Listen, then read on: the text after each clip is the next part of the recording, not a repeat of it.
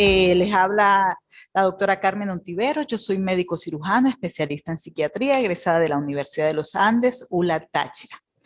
Les doy la bienvenida y quiero hacer mi agradecimiento al YESI, quien me tomó en cuenta para este proyecto que tienen del diplomado de psicología.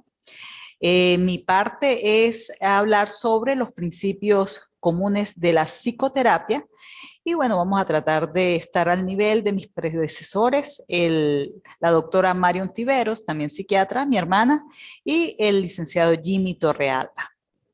Empezamos hablando un poco de qué es la psicoterapia. La psicoterapia viene de la raíz etimológica griega, psique, que significa alma, mariposa, mente. Nosotros ya lo tomamos desde el punto de vista de la mente. Y terapeia, que significa tratamiento con palabras. Total que si unimos las dos raíces, significaría psicoterapia, tratamiento médico usando el espíritu. Y es algo así como lo indica la imagen, que es la reconstrucción del Partenón. En la psicoterapia, de alguna manera, se puede guiar al paciente o al consultante para que comience a reconstruirse a sí mismo. Inclusive, muchas veces se reconstruye de los pedazos que puedan estar que pueda después de un hecho traumático quedar metafóricamente en el piso. ¿Qué es la psicoterapia? Bueno, hay muchos conceptos de psicoterapia según la escuela también, la corriente de la escuela que se tome, pero en líneas generales nosotros podemos decir que la psicoterapia pues es una relación de trabajo, es una relación dinámica que se establece entre una persona que sufre, bien sea a nivel psíquico o a nivel físico, porque nosotros ya sabemos que está ampliamente documentado los trastornos somáticos, que el organismo presenta expresiones que realmente vienen por causas que son psíquicas.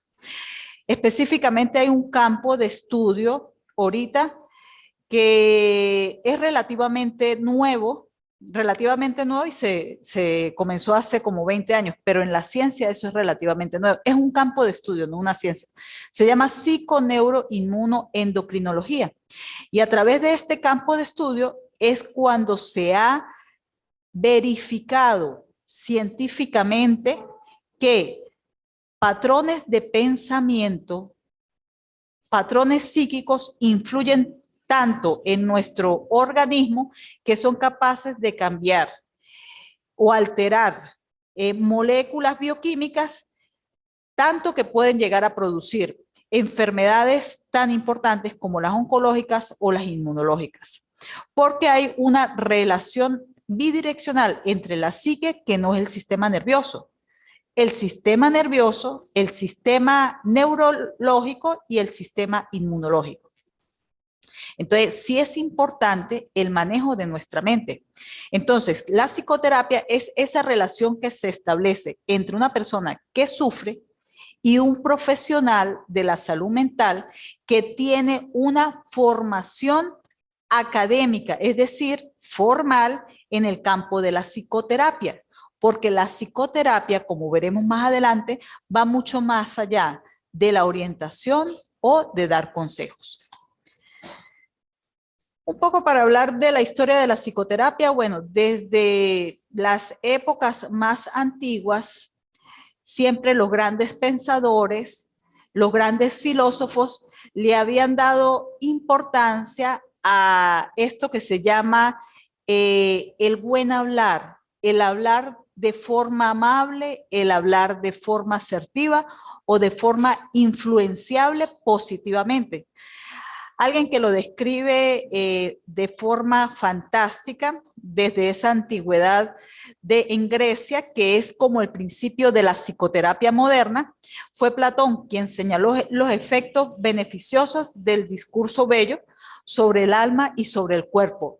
La palabra, que es la herramienta principal que utilizamos los psicoterapeutas para llevar a cabo ese proceso en donde la persona pues va a utilizar el lenguaje y todo ese mundo simbólico que pueda tener para curarse de alguna manera, o si no se llega a curar, por lo menos mejorar significativamente su situación o su circunstancia que lo incomoda, que es desagradable o que realmente le produce un sufrimiento relevante.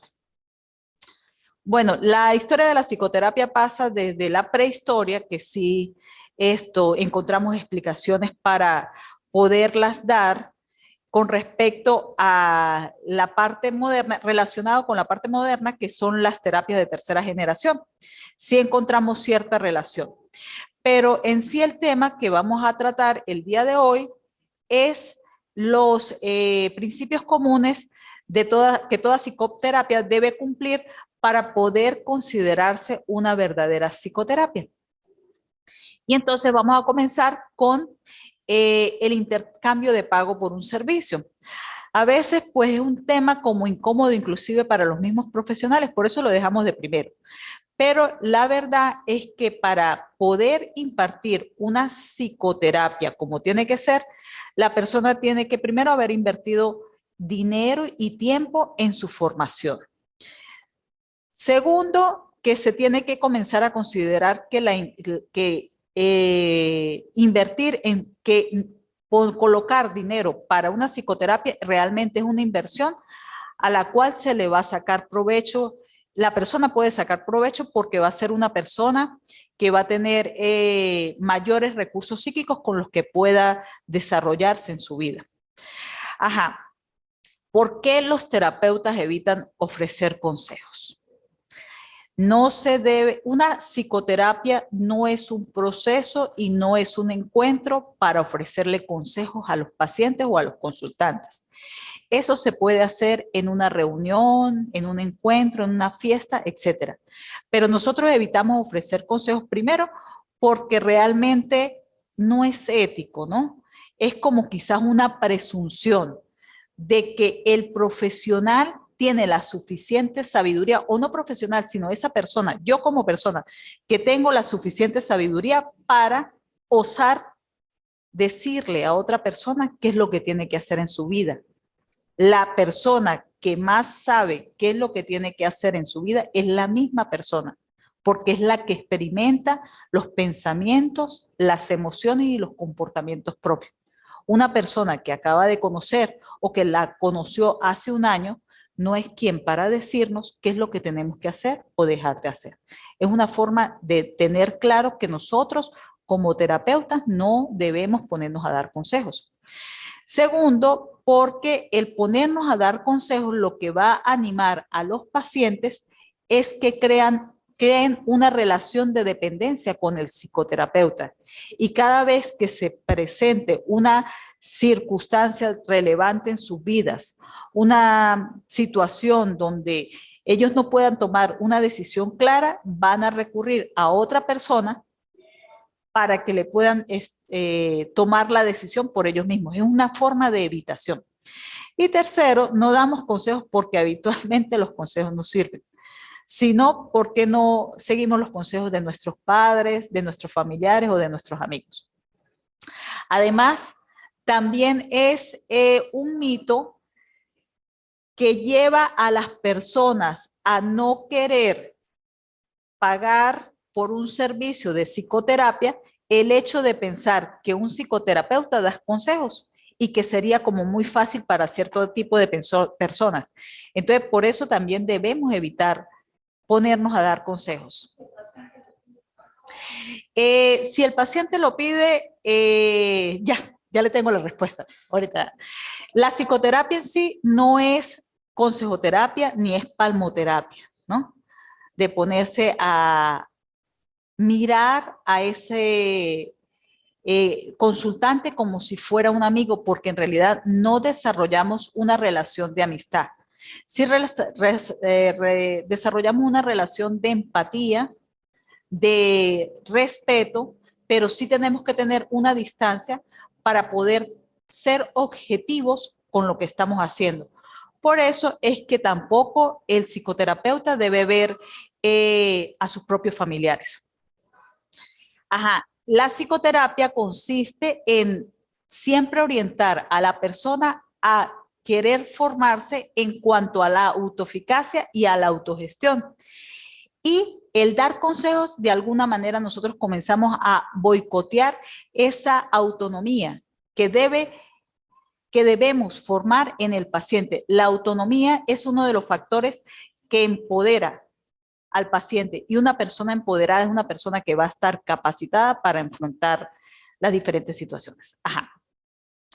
Si el paciente nos los pide, que normalmente nos los pide, eso es una situación muy frecuente. Una pregunta clásica es decir, bueno, ¿me divorcio o no me divorcio? Lo que podemos hacer, nosotros no vamos a decirle nunca a una persona si se va a divorciar o no se va a divorciar. Lo que podemos es plantear el diseño de la terapia para ese tipo de pacientes que por lo menos insisten mucho de que quiere decisiones que las tome su psicoterapeuta. Comenzamos, un planteamiento sería poner una lista de pro y de contras. Y en función de esa lista, el mismo paciente o el mismo consultante debe decidir. Pero nunca un paciente, nunca un psicoterapeuta debe tomar la decisiones, a menos de que o el paciente o alguien vaya a correr algún tipo de peligro. Uh-huh. Otro de los principios comunes es que nosotros debemos ampliar la visión del paciente. Es uno de los principios comunes en la psicoterapia. Cuando el paciente llega a la psicoterapia, frecuentemente nosotros observamos como una persona estancada, como que si tuviera una visión en túnel. Ya una persona, porque no solamente van a psicoterapia las personas que pueden presentar un trastorno mental como tal, sino simplemente personas que tienen alteraciones emocionales, también buscan la psicoterapia. ¿Y quién no presenta emociones? Todos tenemos que experimentar emociones, inclusive las personas que presentan rasgos psicopáticos también tienen su mundo emocional, que lo tienen un poco diferente al resto de la gente, pero también lo tienen. Entonces, de alguna manera, el consultante ya ha intentado aplicar sus mecanismos de defensa, sus estrategias para lograr salir de la situación o el problema que estén presentando, pero no lo ha logrado. Entonces, ahí es cuando los pacientes asisten a un psicoterapeuta que les va a ayudar a ampliar esa visión, pero no con sus opiniones personales, sino que tiene que ser aplicando siempre opiniones profesionales de diferentes hipótesis o teorías con las que él se ha formado. Entonces, en psicoterapia, el paciente de alguna manera comienza a amplificar esa visión, comienza a ser menos rígido, más flexible y comienza a aprender a atribuir diferentes significados a los acontecimientos que de alguna manera pues ha vivido en su vida. Así, por ejemplo, cuando somos niños, de repente pudimos haber pasado por una infancia que no fue tan grata. Y cómo culpar a ese padre o a esa madre que quizás no lo hicieron tan asertivamente como hubiéramos querido. Pero nosotros lo estamos viendo, por ejemplo, nosotros los psiquiatras o los psicólogos que ya adquirimos una serie de conocimientos y rápidamente podemos ver cómo se hubiera podido hacer mejor. Pero para ese tipo de situación que también es bastante frecuente, nosotros una idea que causa, digamos, alivio en el consultante es señalar, por ejemplo, que ese padre y esa madre hicieron lo mejor posible con los conocimientos que ellos manejaban para ese momento. Ponemos un ejemplo, utilizamos mucho las metáforas que también es como cuando dicen, explíqueme esto como si yo fuera un niño de 5 años. Las metáforas sirven y las metáforas no son una ofensa para la persona que dice, ay, pero yo no soy retrasado mental para que usted me esté hablando con metáforas. No, para la mayoría sí es parte de ese discurso agradable que lo hace cambiar formas de pensar que le van a ser de mayor utilidad, mayor operatividad, operatividad. ¿Cómo? Operatividad, que le va a ayudar a ser más funcional en su vida, más feliz. Esto, ¿cómo nosotros logramos cambiar sistemas de creencias, patrones psíquicos de una persona? Sí es verdad que hay un refrán popular y los refranes populares están llenos de sabiduría, por eso es que son refranes populares, que dice, loro viejo no aprende a hablar, pero ese refrán es mentira, porque el lorito viejo sí aprende a hablar. Lo que pasa es que necesita mayor paciencia y mayor tiempo para poder desarrollar una capacidad que ya está intrínseca en él. Él sí puede desarrollar el habla, porque tiene sus cuerdas vocales, etcétera. No sé cómo era eso. Pero sí hay que dedicarle mayor cantidad de tiempo. Entonces, ¿cómo, por ejemplo, puedo cambiar un esquema interpersonal de que el paciente puede llegar a presentarse como una persona suspicaz, retraída, con rasgos paranoides, porque dice que este mundo, pues, es maluco y que hay que cuidarse, que es una selva de cemento, le llegan a decir a uno, a través de lograr ampliar esa visión, pero claro, en función de casos particulares, porque cada caso es particular. Cuando nosotros hablamos de rigidez y rigidez en los esquemas de pensamiento, es cuando comienza a acercarse a lo patológico. Pero cuando hablamos de flexibilidad, en el caso del sistema mental, estamos hablando de salud, de sanidad. Otro principio común de la psicoterapia es la transferencia y la contratransferencia. Estos conceptos se refieren, esto fue estudiado por Sigmund Freud, el padre del psicoanálisis. Mientras el consultante y el terapeuta enfocan su atención en aspectos de sus problemas, resulta que el consultante tiene un movimiento emocional. Hay un proceso interpersonal entre estas dos personas que resulta que el consultante va a tratar de proyectar las emociones que experimentó con sus figuras relevantes, con sus figuras significativas, con sus figuras de autoridad. Freud lo señalaba directamente con las figuras materna y paterna, pero sabemos que nosotros podemos abarcar todo este tipo de figuras que les mencioné al principio. Entonces, si el consultante de alguna manera se sintió, fue una persona rebelde, fue una persona desafiante, inclusive grosera con estas figuras, podría de alguna manera estar proyectando en el psicoterapeuta esas emociones. Esto es a nivel también inconsciente. El hablar del inconsciente es que no nos damos cuenta, inconsciente, de lo que está pasando. Si el consultante, por el contrario, se ha mostrado sumiso, tranquilo, llevadero, dependiente con estas figuras significativas, también de alguna manera tiende a comportarse de esa forma con el psicoterapeuta, porque de alguna forma lo que son los doctores, psicólogos, psicoterapeutas, son vistos en la sociedad como figuras de cierta autoridad y de alguna manera llegan a proyectar eso. La tarea del terapeuta es poder captar este tipo de circunstancias y mostrarse neutral ante esas situaciones y comenzar a guiar de tal manera de que no se llegue a fijar o lograr o tener una rigidez el paciente en esas emociones durante la psicoterapia. Otro punto es la contratransferencia. Pasa lo mismo con el psicoterapeuta, porque nosotros somos seres humanos.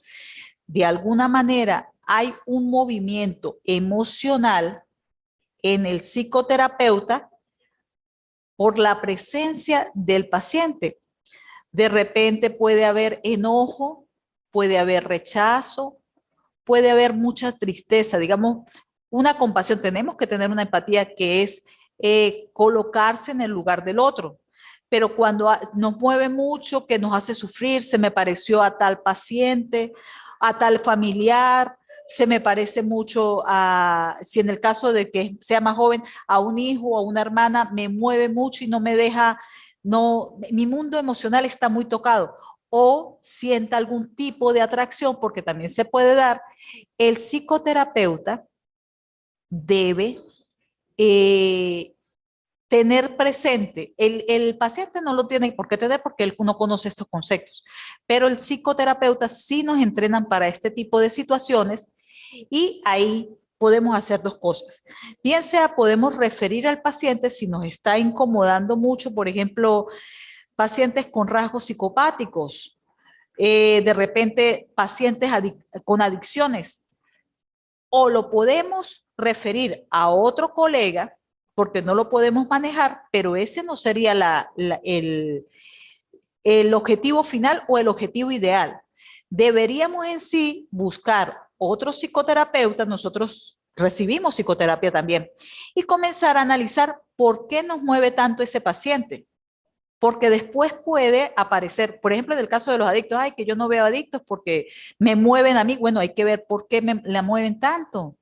Si usted presenta cierta vulnerabilidad, si presenta cierta atracción por este tipo de cosas, hasta que lo pueda resolver para que al final de cuentas usted como psicoterapeuta pueda atender cualquier tipo de paciente o si no cualquier tipo de paciente, por lo menos la mayoría. Es parte también de la ética profesional.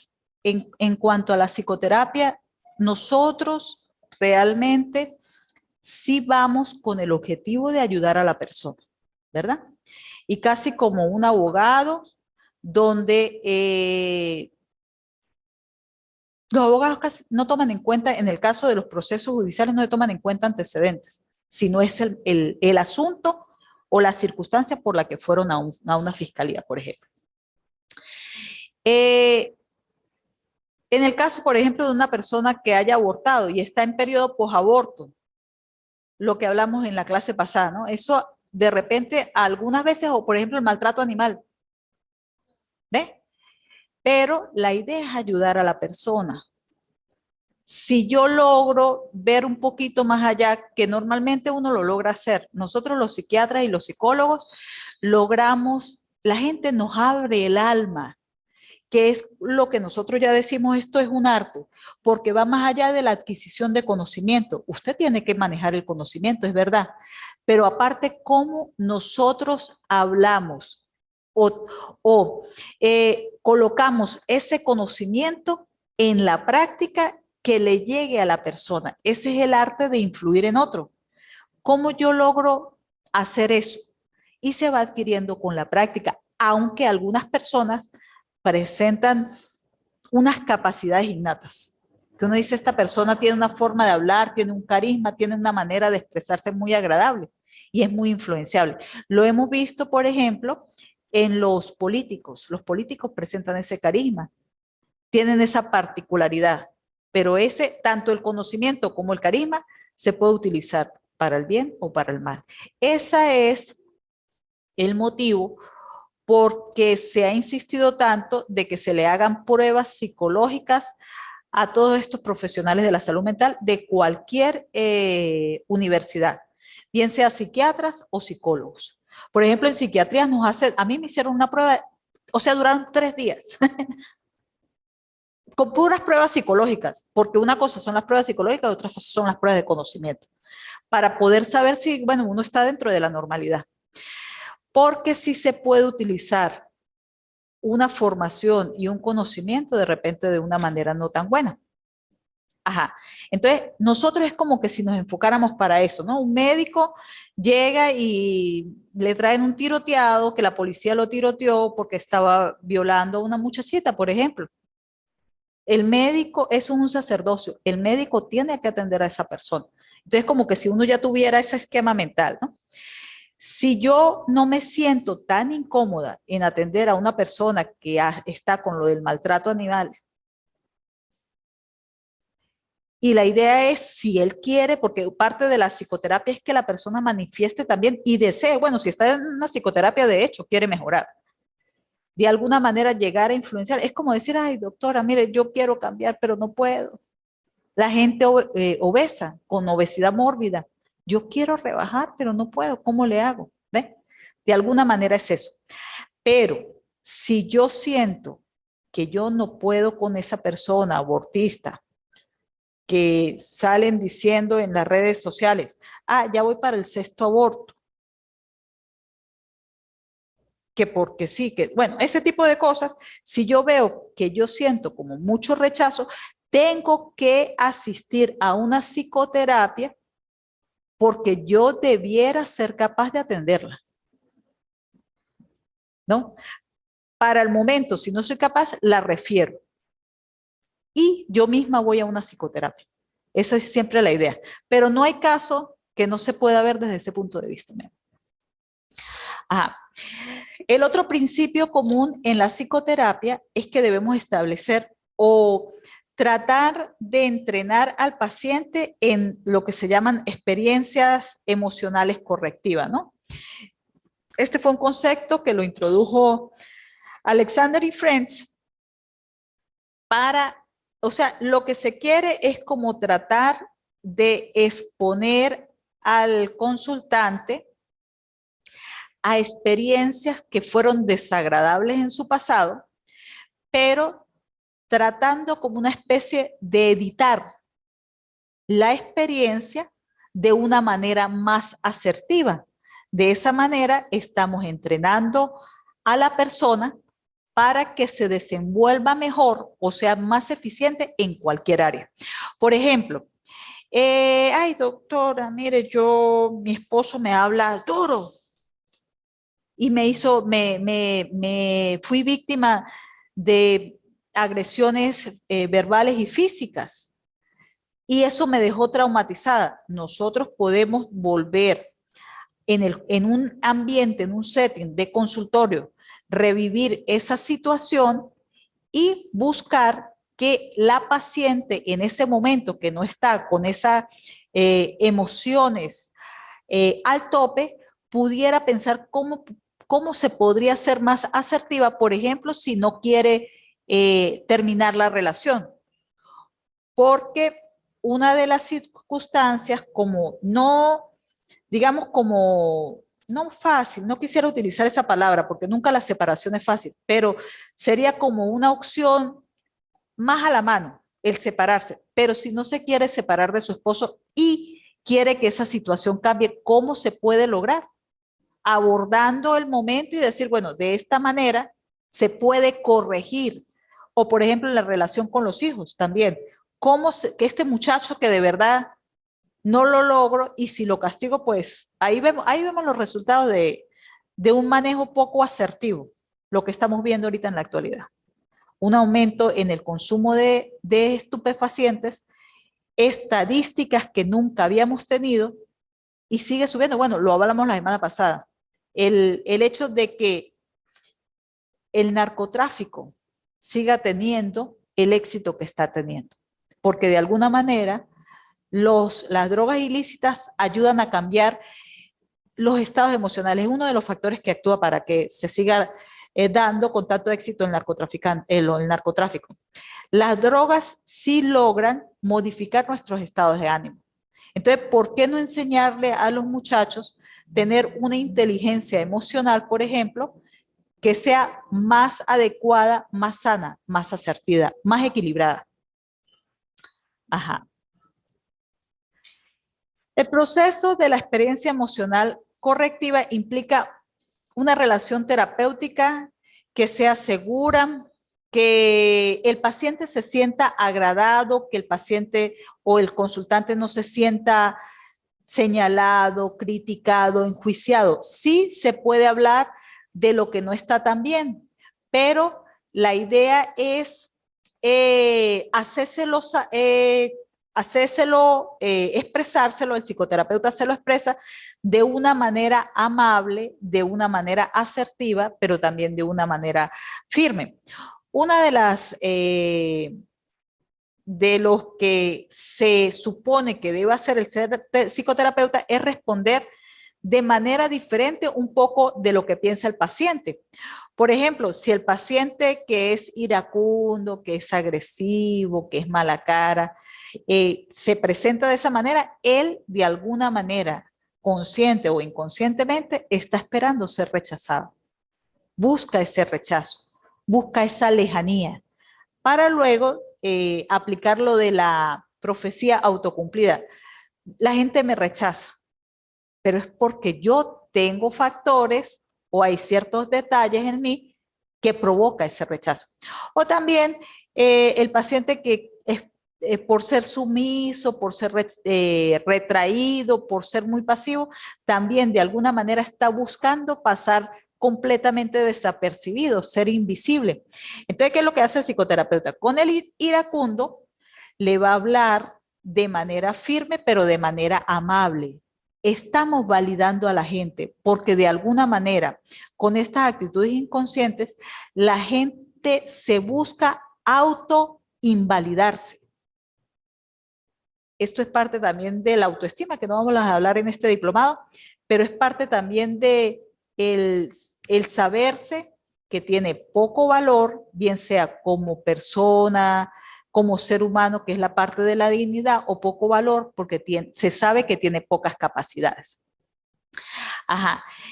Aquí siempre muchos de los textos de psicoterapia ponen el ejemplo de Jan Vanya, que es el protagonista de Los Miserables de Víctor Hugo. Esta experiencia correctiva, aunque parezca mentira o parezca muy fácil, sigue dando resultado. Por eso es que se sigue aplicando en la psicoterapia, tanto que se toma como un principio común de la mayoría de las psicoterapias. Por ejemplo, cuando está este protagonista, Jan Vanya, que después de salir de la cárcel, porque lo metieron por robarse un trozo de pan, va donde el sacerdote y el sacerdote le abre las puertas y él lo que hace es hurtar la parte de la platería, lo atrapa a la policía, se lo lleva otra vez al sacerdote y el sacerdote le dice más bien, ¿y por qué no te llevaste los calendrabros que eran un regalo también? Entonces, el sacerdote actuó de una manera compasiva para este señor y esa experiencia correctiva fue lo que hizo cambiar a la persona, realmente. Entonces, sí vale la pena, aunque uno pareciera, y es que uno lo ha visto y lo ha experimentado con pacientes, que uno dice, no, esta persona pareciera que no va a cambiar, pero eso es lo que tenemos, uno de los beneficios o de las ventajas que tenemos los seres humanos que manejamos la conciencia y la inconsciencia. Hasta ahora se ha estudiado en seres humanos, pero quizás hasta los animales lo tengan, no lo sabemos. Es esa idea de poder empezar de nuevo, borrón y cuenta nueva. Si yo cometí error y que los cometemos, porque todos los cometemos, simplemente la idea de que, bueno, desde hoy comienzo de nuevo. Hoy mejor que ayer, mañana mejor que hoy. Otro principio común en toda psicoterapia, se pegó, son que nosotros como psicoterapeutas debemos tratar de promover expectativas positivas. Es un hecho bien documentado. Hay bastantes investigaciones al respecto de que una persona que tiene esperanza es una persona que se desarrolla mejor en la vida en general, pero particularmente el proceso psicoterapéutico se da mejor. Por ejemplo, si en medicina a nivel oncológico le decimos a la persona esas situaciones realmente horribles cuando le dicen al paciente, no, pues mejor lléveselo para su casita y le da calidad de vida, porque no podemos ya ni intervención quirúrgica, ni radioterapia, ni quimioterapia, ni nada, pues procedente para un pronóstico malo. Pero cuando le dicen a la persona, mire, vamos a hacer tantas quimioterapias, tantas radioterapias y luego vamos a hacer la intervención quirúrgica, los pacientes y la misma persona sí guardan una esperanza y sí tienen como una posibilidad. Y la gente comienza a trabajar. Asimismo lo vemos en los casos de fisioterapia. Cuando sí hay algún tipo de lesión a nivel de columna, no es lo mismo decirle silla de ruedas para toda la vida que decirle, no, vamos a hacer este tipo de terapia y cómo se ponen de juiciosos y hay mucho dolor en ellos. Y de todas maneras se ponen juiciosos para poder lograr el objetivo de volver a caminar. Bueno, dentro de, pero ¿cómo promovemos esa esperanza y esas expectativas positivas? Sobre todo en psicoterapia, cuando nosotros hablamos de expectativas, hay una palabra clave que siempre la tenemos nosotros en el radar, que es expectativas positivas para generar en la persona un ay, Dios mío, se me fue la palabra ahora. No, es un autodominio, pero no es la palabra. No, lo que las universidades son autonomía.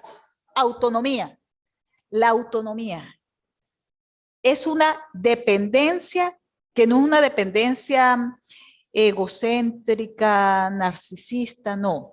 Es una dependencia que yo sé que de alguna manera nos necesitamos los unos con los otros, pero es una autonomía de responsabilidad de yo encargarme, por lo menos de mi persona. Yo me encargo de mi persona, soy responsable de mis pensamientos, de mis emociones y de mi comportamiento. No es que hay, bueno, que llegó el paciente, por ejemplo, uno que está en el campo de la medicina, que llegó el paciente y que el paciente me sacó de quicio, que también puede ocurrir, pues nosotros somos humanos y al final de cuentas nos puede pasar en cualquier momento, pero que no le pase con la mayoría, que le pase con uno que otro, pero si le pasa con la mayoría, no es que el paciente lo saca de sus casillas, es que nosotros nos dejamos sacar. Esa es la autonomía, ajá. Cuando mi cuñadito estuvo enfermito de COVID, qué susto, ¿no? Y era un cuñado. Y de verdad es fuerte, ¿no? Pensar, tener la posibilidad de que una persona fallezca. Es que no sé, yo no lo había experimentado en ningún momento, porque la muerte de mi papá fue por infarto. Y ya, ajá, listo. En cambio, con esa posibilidad, y por ejemplo, una persona que no colabora, ay, que yo no, ahí comenzó a tomar pastillitas, porque mi hermana no, pero que son de hierbitas, que de eso, que él no toma pastillas, porque eso tomar pastillas, imagínate, hasta que le dijo, papá, ¿no? Usted no nos va a echar una vaina así, pero sí yo sentí algo que no había sentido antes, doctora, y eso que uno está al frente de pacientes, que uno ha tratado de desarrollar la empatía. Nunca la empatía se logra desarrollar al 100%, nunca. Por mucho que uno no se imagina el horror de estar en esos zapatos. Hola, mi amor. Usted tiene mucho trabajo. Gracias. Salud. Ay, qué rico.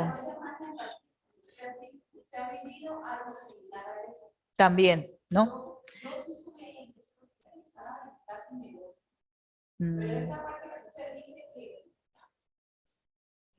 la mente es importante, los tipos de pensamiento que usted tiene, la motivación que usted tenga, cual sea, no importa, hay gente que se motiva a los hijos, hay gente que le motiva su profesión, hay gente que le motiva cosas que quieran lanzar, ¿sí? Ese individuo, sí. En un momento de eso, ustedes pueden cambiar su forma de pensar, aunque para una vez de pensar, y no ella dice que ella luchó porque tiene una generación. Sí. Ella está grabada, está casada, yo luché por usted, no, trabajé todo esto porque usted está casada, yo la he visto graduarse, usted apenas tiene 12 años. Chiquitico. Yo la he visto a usted en un traje de 15 años y sus artecitos. Sí, eso depende mucho. Mire, sí depende, doctora, y usted habló de un tema, pero que también se ha escrito kilómetros de tinta, ¿no? No, del COVID, doctora, yo vi cómo la gente se entregaba, ¿no? no lo voy a nombrar aquí, porque un doctor se quitó la máscara, llegó y dijo hasta aquí, y se la ponían otra vez, muy querido, hasta que lo dejaron. Y cómo se entregó, uno ve cómo la persona se entrega y dice hasta aquí. Sí, las motivaciones en esos momentos ayudan bastante, y también yo vi que ayuda en momentos críticos, ¿no? Le estoy hablando de esto, ya mirar la muerte, por ahí está dando vueltas, situaciones como casos de violación, ¿no? Situaciones como amenazas de extorsiones o secuestros. Eso es una cosa para quitarle la alegría a la vida, de la vida cualquiera. ¿Qué me ayuda en eso? Sí, la mente ahí sí hay como que, nosotros decimos de la potrasaina. Cuando utilizamos la meditación en psiquiatría, nos referimos a la atención concentrada, que es el mindfulness. La mente es como decir la potrasaina, psique, ¿no? Comenzamos a ponerle el freno a esa potrasaina, que es muy linda, que la tenemos que cuidar, pero ella se lo pasa en los potreros, la de todos, ¿no? Desde la persona con un trastorno mental como tal, esquizofrenia, trastorno bipolar, hasta la persona con 4 títulos, 6 títulos. Conocí a una persona con 8 doctorados. No pensaba, bueno, esto, tenemos ese problema, y sí lo tenemos, está en nuestro sistema la parte de la distracción. Inclusive a nivel anatómico tiene el sistema reticular descendente, el sistema activador reticular descendente a nivel de neurología. ¿Por qué está? Porque nos ayuda también en la parte de la evolución. Sí nos tenemos que distraer, pero la distracción se ha aumentado a gran escala por el uso de la tecnología. Porque la tecnología está hecha para crear adicción y para crear distracción. Es más, el señor Zuckerberg, el dueño de Facebook, que ahora es Meta y Instagram y todo eso, él lo dijo y tuvo el descaro, porque eso es ser descarado. Hace como 3 años llegó y dijo que sí se contrataban neurocientíficos. Una persona de esas es más inteligente que todas nosotras juntas. Los contratan para diseñar estrategias de adicción y de distracción, entre otras cosas. O sea, doctora, usted y yo, que somos gente preparada, gente mayor, podemos caer en eso. No estamos... bueno.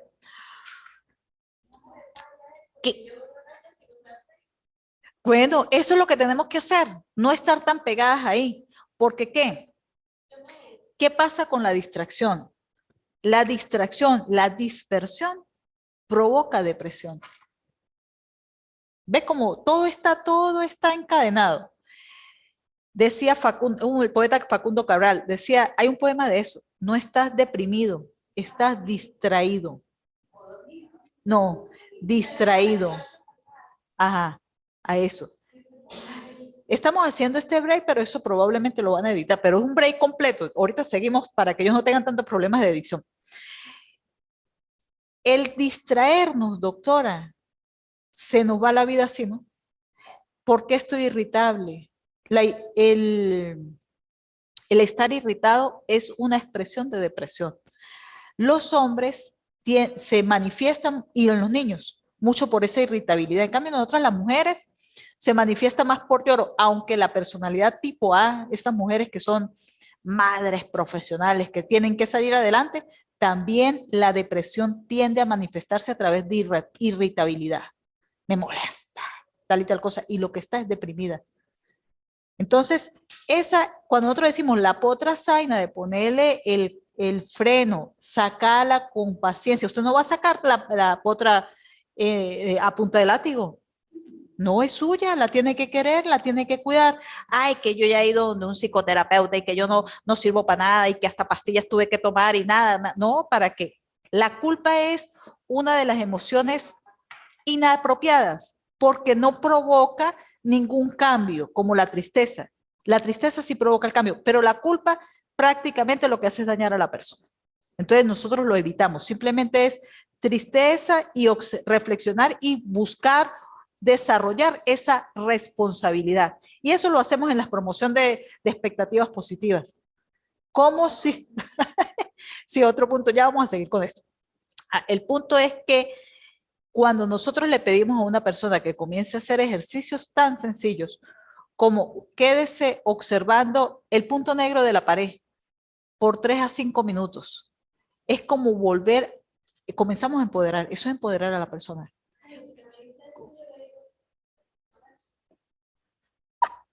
Obsesiva, ¿no? Obsesivita, ¿no? Rasgos obsesivos. Ajá. O cualquier cosa, es el hecho de que usted pueda lograr gestionar la mente. Esto es una de las cosas más difíciles que hay. Para los que hemos practicado, inmediatamente son aproximadamente 80,000 pensamientos al día. No lo vamos a poder parar nunca. No lo va, por eso es que evitamos colocar la palabra control. Nosotros gestionamos, gerenciamos, manejamos lo mejor que se pueda. El pensar en eso, en medicina sirve muchísimo. Yo me acuerdo que nosotros nos imaginábamos un cerebro. Imagínenlo por arriba, por debajo. Luego comienza a estudiarlo, las cisuras, cómo se imagina, ese tipo de cosas en la mente. Ajá, una manzana negra, yo me la imagino, una manzana roja en un fondo negro, con una, pero colores muy brillantes, ¿no? Con una hojita verde, así, eso, estar concentrada ahí de 3 a 5 minutos es la primera etapa. Y nosotros comenzamos a darle un poder a la, poder, o sea, digamos, un manejo a la persona, pero sí realmente esto es poderoso. Y usted dice, cuando dice, doctora, yo estoy con una tensión porque yo tengo una vida familiar, tengo problemas como cualquier otro, y veo y estoy frente a una persona que está llena de sus problemas, pero que no quiere colaborar, hasta es irracional, porque las emociones nos llegan a involucrar en momentos irracionales. La gente mata a otra persona sin ser un asesino. Es una emoción. Emoción viene del griego emovere, que significa mover hacia. Eso es lo que significa. Una emoción se caracteriza porque es muy intensa, pero de corta duración. ¿Cómo es? Emoción, sentimiento y pasión. El sentimiento es de larga duración, pero no tan intenso. Y la pasión tiene los dos, larga duración e intensidad. Pero la emoción pasa, dura. Esos son como las nubes, de que van a pasar. La ira va a pasar, la tristeza pasa, el miedo pasa. Tienen que durar corto para que sea normal. Cuando se instala mucho tiempo, comenzamos a ver nosotros la disfuncionabilidad, que ya es patología. Pero si nosotros logramos darle al paciente, bueno, doctora, estoy muy ansiosa, y de verdad tener ansiedad y sufrir de eso es bien desagradable. Tengo que presentar un examen mañana y casi no he estudiado. Esa sensación, ¿ves? Y no saber, porque cuando se cronifica ya se pierde la causa y queda toda la memoria orgánica. Está funcionando el eje hipotálamo, hipófisis, glándulas suprarrenales para producir cortisol y las catecolaminas, adrenalina y noradrenalina. Todo está activado en el organismo y se mantiene activado y no sabemos por qué.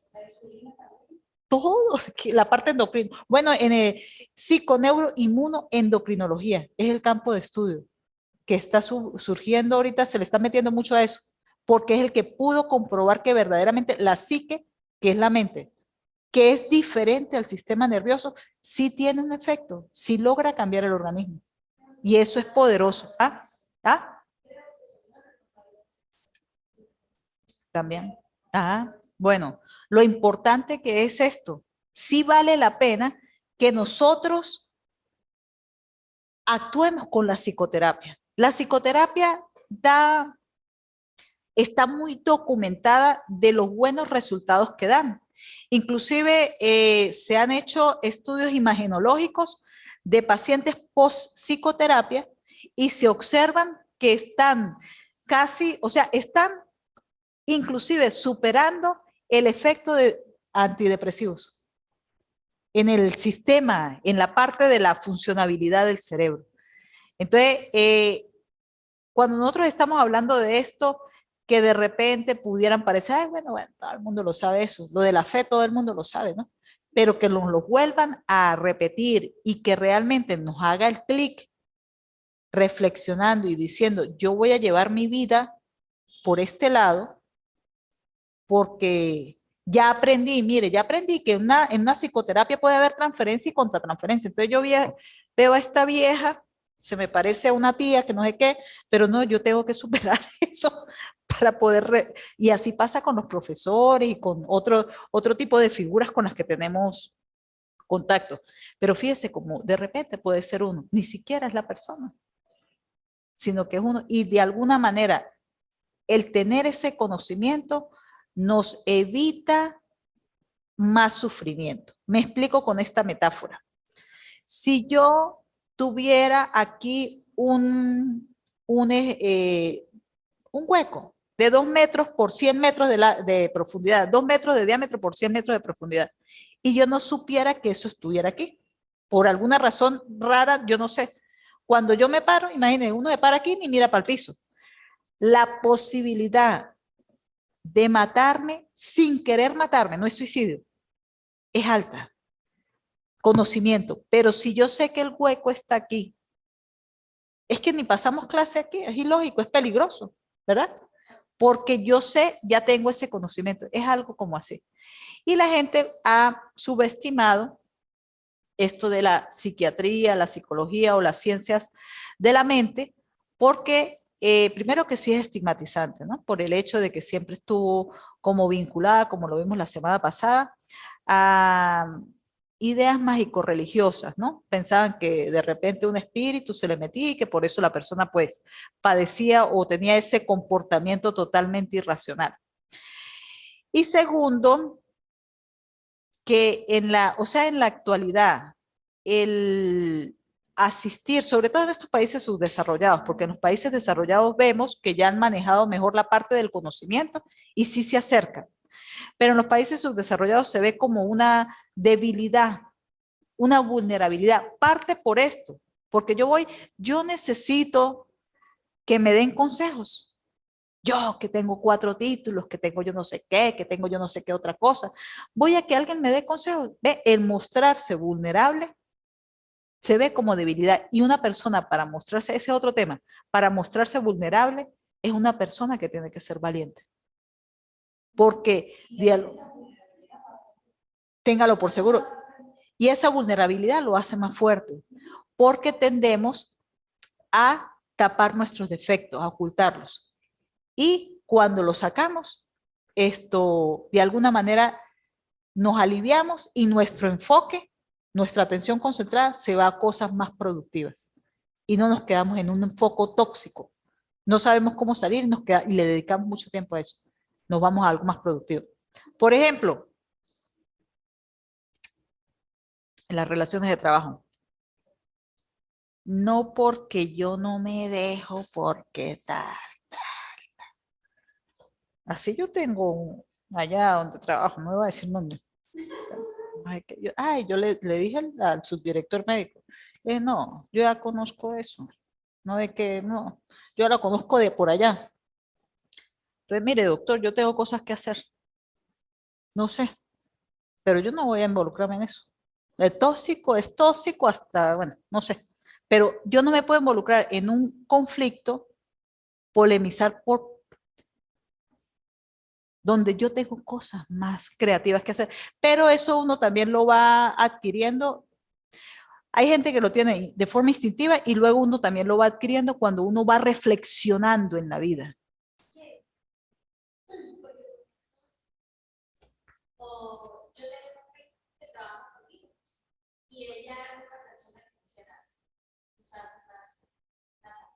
¿Cuántos años tiene, mi amor? Ajá. No. Ajá. Entonces la mamá me da miedo de ver el público por una situación que yo pasé cuando era pequeña. Entonces, yo creo que ya no lo sabe. Y yo le digo, oye, mira, lee tú o que lea la otra auxiliar, somos 3, por favor, que alguna de ustedes lo lea. Igual de todas maneras, no hay 3 hojas para leer, hay 2. Si quieren, se puede repetir. 31. Que no sé qué, se fueron a comer. Solo tenían que leerlo, al frente de todos, nada. Entonces, yo le digo a ella, porque como ella está más conciencia, que ya le hizo la auxiliar, la matada, hacer todo, y yo le dije, no, o sea, ella no, de repente nosotros no. Le digo, bueno, mira, tú lees esta, que tiene menos, y yo leo esta. ¿Qué más? No, que yo no voy a hacer eso. Pero, o sea, está invitado, si no, yo hago esto, y a la próxima reunión tú haces lo que sea que mande. Dice, no, pues entonces a la próxima reunión no vengo, porque es que mi mamá no está, y no sé qué. Mi amor, es una situación que llama la atención con la edad, por la edad que tiene. ¿Qué hacer en...? Ella dijo que había que hacer jugar de eso que se murió. Y ella dijo, sí, yo lo puedo hacer, es que mi mamá no lo puede hacer. Dijeron después de la reunión, ¿quién lo va a hacer? Y yo le digo, bueno, Dana dijo que ella lo iba a hacer. Y pues no sé, porque mi mamá no sé si está desocupada, o sea, la mamá. Mire, ahí hay dos cosas. No, hay dos cosas. Primero, la relación de trabajo, cómo manejarla asertivamente con habilidades sociales, que es su punto de vista. No, pero no es así, mi amor, no es así. Esto, se tiene que tener el trabajo. Yo pude hacer esto con esta doctora, pues yo también estoy en una posición, ¿no? Dependiendo de la jerarquía, nosotros bien lo sabemos en medicina. Medicina es jerárquica, ¿no? Y se tiene que respetar esa jerarquía. Es la milicia blanca, exactamente. Nosotros somos la milicia blanca, ¿no? Pero aquí hay dos cosas. Primero, me llama fuertemente la atención de no querer hacer esa actividad. Puede ser, pero ¿por qué? Puede ser, número uno, que ella tenga algún problema, mi amor, que eso lo tenemos que tener siempre en cuenta. Número dos, que esté con una actitud de, o sea, como decir, está con una actitud como de polemizar. Ajá. No. No. Está la actitud que usted tiene que tener con ella y ella misma. Si ella tiene la actitud de polemizar, ya se tiene que abordar eso porque no fue esa situación, sino que si esa es la actitud de ella, va a seguir con el boicoteo a nivel del trabajo. Por eso es que llame a la parte y con jefes, ¿no? A la tercera, mire a ver si fue esta, luego otra situación y luego a la tercera sí se tiene que llamar.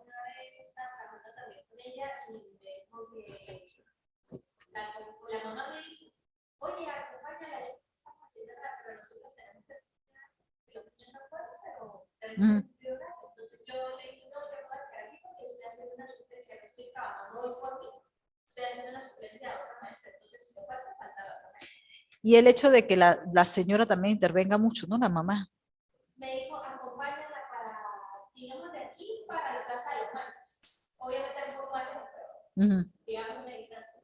Y entonces le dije que sí al principio, pero cuando yo y aparte pues también lo que le pasa es que no puedo abandonar el trabajo cuando estoy sufriendo otra persona porque después van y me preguntan y saben que yo le estoy haciendo una referencia y hay un problema. Entonces yo le dije y se fue. Y como que no me había escuchado, después le digo, vamos. Y yo, no puedo ir porque estoy haciendo una asistencia de persona. Entonces se puso toda la profesora a un show en la comida con todas las profesoras. Yo le dije, mira, yo no me voy a ir, porque estoy haciendo una suplencia, y me están pagando por eso. Entonces se fue, volvió. Y la mamá llegué y una culpa me dijo, había que ir al metropolitano, pero yo no tenía niños, yo no fui. Entonces, porque era una actividad para los niños. Entonces, cuando la mamá llegó, me dijo, ¿cómo me quedar con la otra auxiliar porque como no tenemos niños? Y entonces digo, porque usted está haciendo la suplencia por la mitad de tarde, entonces usted tenía que ir a la si no tuviera niños. Yo, bueno, pero tú tampoco fuiste, tú fuiste a compartirlas. Y ella tampoco fue a visitar a la mitad de tarde. Pues mira, ahí lo que se recomienda es mantener una distancia, ¿no? Porque también le hablan así porque de alguna manera hay una confianza. Y aparte, ella también tiene un retraso mental de 4 años, entonces Ahí está la respuesta, mi reina. Ahí está la respuesta. Yo sí veía eso raro. Eso sí lo veía yo raro. Mi amor, si ella tiene una discapacidad intelectual, el trato para ella es diferente. Porque es como si a usted le hablaran de astrofísica. ¿Está bien? Pero su enfoque con respecto a ella para que se la lleve bien. Esto reaccionan a veces fuertemente ellos, es parte de la defensa porque de alguna manera ellos saben de su discapacidad y sí de alguna manera saben de que se sienten un poquito menos. Pero su enfoque para ella es tenerle paciencia. Si usted no la logra tolerar, se debe alejar.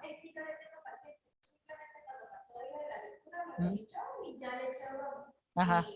Sí, porque ella inclusive puede ser que no entienda las cosas que usted le quiere decir.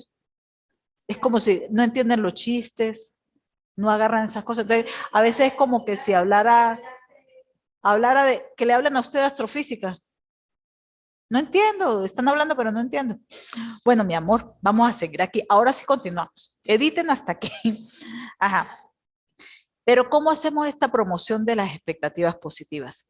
Una forma es valorizar o reforzar la demanda de la terapia, o sea, el señalarle al paciente que de alguna manera ha dado un buen paso, de que él sí quiere buscar ayuda y que eso es bueno, porque ¿qué es lo que pasa con la psicoterapia?